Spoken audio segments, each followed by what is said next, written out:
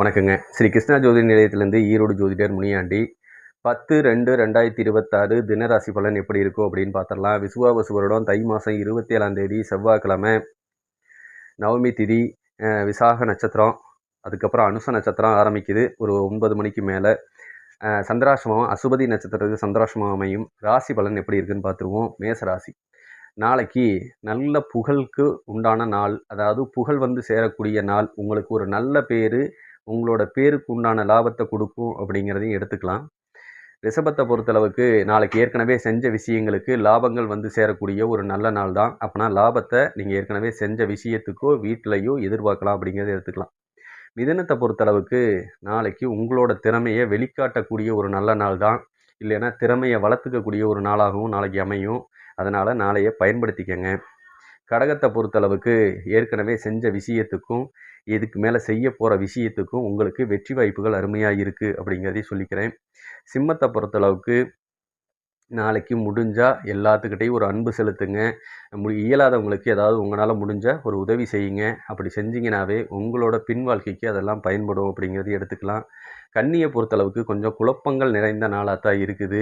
அதனால் நாளைக்கு செய்யக்கூடிய விஷயத்தில் ரெட்டத்தன்மையிலேயே வாழ வேண்டிய சூழ்நிலையை கொடுக்கும். அதனால் நாளைக்கு கொஞ்சம் கவனமாக முடிவெடுங்க. உங்களுக்கு வேண்டாத பிரச்சனையை அது விலக்கி கொடுக்கும் அப்படிங்கிறத எடுத்துக்கலாம். துலாமை பொறுத்தளவுக்கு ஏற்கனவே செஞ்ச விஷயத்துக்கு உண்டான பாராட்டு பத்திரங்கள் உங்களை வந்து சேரும். இல்லை அப்படின்னு சொன்னால் உங்களுக்கு ஏதாவது ஒரு நன்மைகள் கிடைக்கக்கூடிய ஒரு நல்ல நாள் தான். விருச்சகத்தை பொறுத்தளவுக்கு நீங்கள் ஏற்கனவே செஞ்ச உதவிக்கு உண்டான பலன் உங்களை வந்து சேரும். இல்லை அப்படின்னு சொன்னால் நீங்கள் புதுசாக உதவிகள் செய்யுங்க. அதோட நட்பலன் பின்னாடி வந்து சேரக்கூடிய நாளாக அது அமையும்.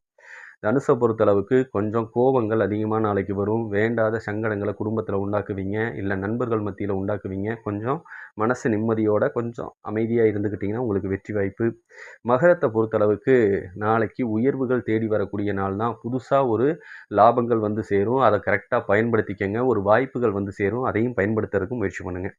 அதனால் பின்னாடி நல்ல லாபம் உண்டு. மகரத்தை கும்பத்தை பொறுத்தளவுக்கு நாளைக்கு வேண்டாத கவலைகள்னால கொஞ்சம் மனசங்கடங்கள் வந்து உண்டாகும். அது குடும்பத்தினால வரலாம், இல்லைன்னா தொழில் செய்யக்கூடிய இடத்தினால வரலாம். கொஞ்சம் அதெல்லாம் மறந்துட்டு நிம்மதியாக வேலையை பாருங்கள், வெற்றி உண்டு.